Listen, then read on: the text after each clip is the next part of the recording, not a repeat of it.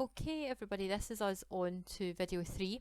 So this is where we're going to look at the Input2 window in our design. So this is the window where we get the age of the driver and the number of hire days. So let's have a look at the code. So first of all, look at the actual what the user interface looks like. Okay, so I'll just bring this up.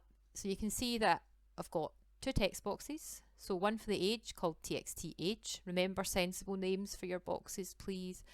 And hire days, I've got txt days. So two boxes.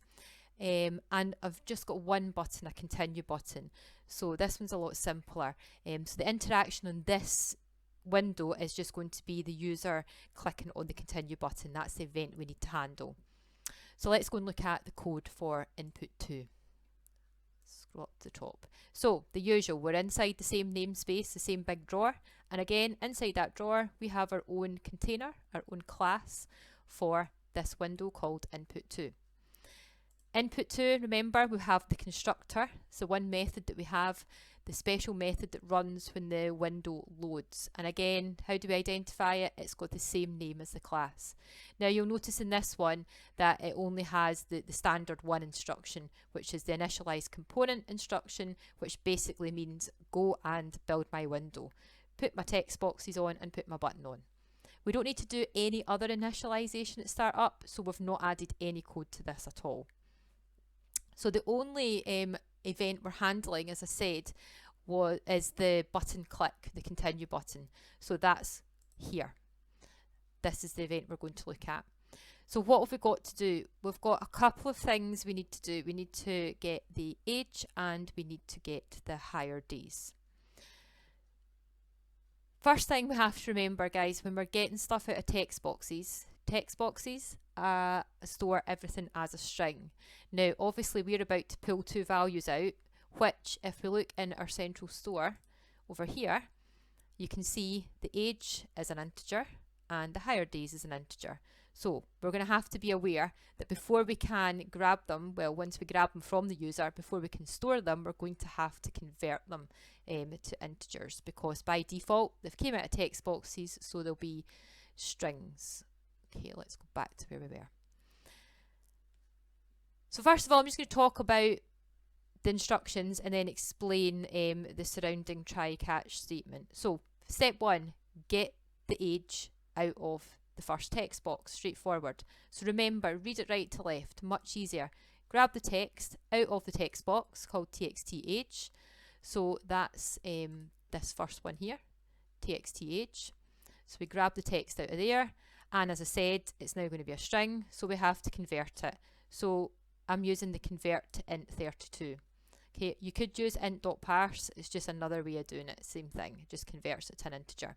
Once it's converted, where's it going? Well, let's look back at our design. So the age, we don't want to store it in here, we want to store it down here in the central store. So how do we get to the central store? First of all, we need to say the name of the store so it can find the right container. So it comes down here, tell it the name, and then inside that container, which variable. So let's go back to the code. So just as we said, name of the container first and then the variable. So it'll grab whatever's in that text box and it'll put it into the central store. Now the next thing that we should do to be good is we should really validate our data. So I've put in some extra code here that I mentioned in design would be good. I haven't asked you guys to do this, but you will be required to do some data validation in your presentation. So I'm checking to see if the hire details age, the age of the driver is basically between 17 and 65. And if it's not, then I give them a warning and we've got this return instruction. Return basically just means stop, don't go any further in the code, go back to the window. So it means that the user won't be able to move any further forward without updating the age value.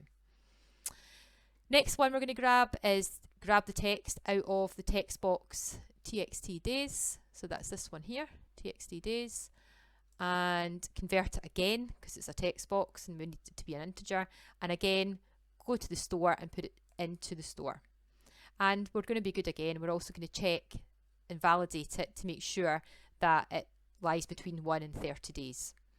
If it's not, then return, we stop. Okay.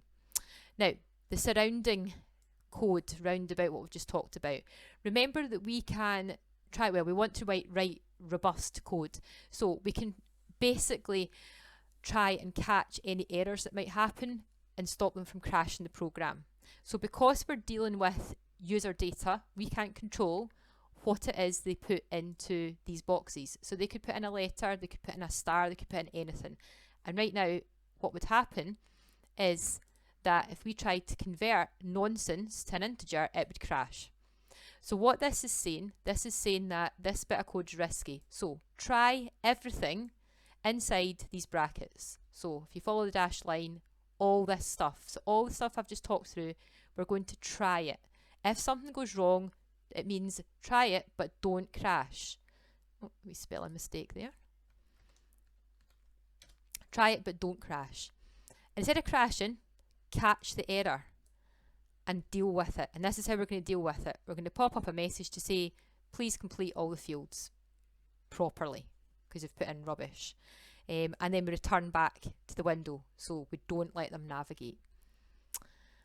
So once we've done all that, we should, if we get this far, we should have a valid days and a valid age. So now we can navigate. So same deal, guys. 3 steps for navigation. Create the new window you want to navigate to. So the next window is, here we are, next window after input 2 is input 3. So create an input 3 window, stick a label on it so we can find it again in memory. Go and find it in memory, show it to the user, so display it on the screen, and then close this input 2 window because we're now done with that. Okay, so that ends this video on the input 2 window, and the next video will be on input 3.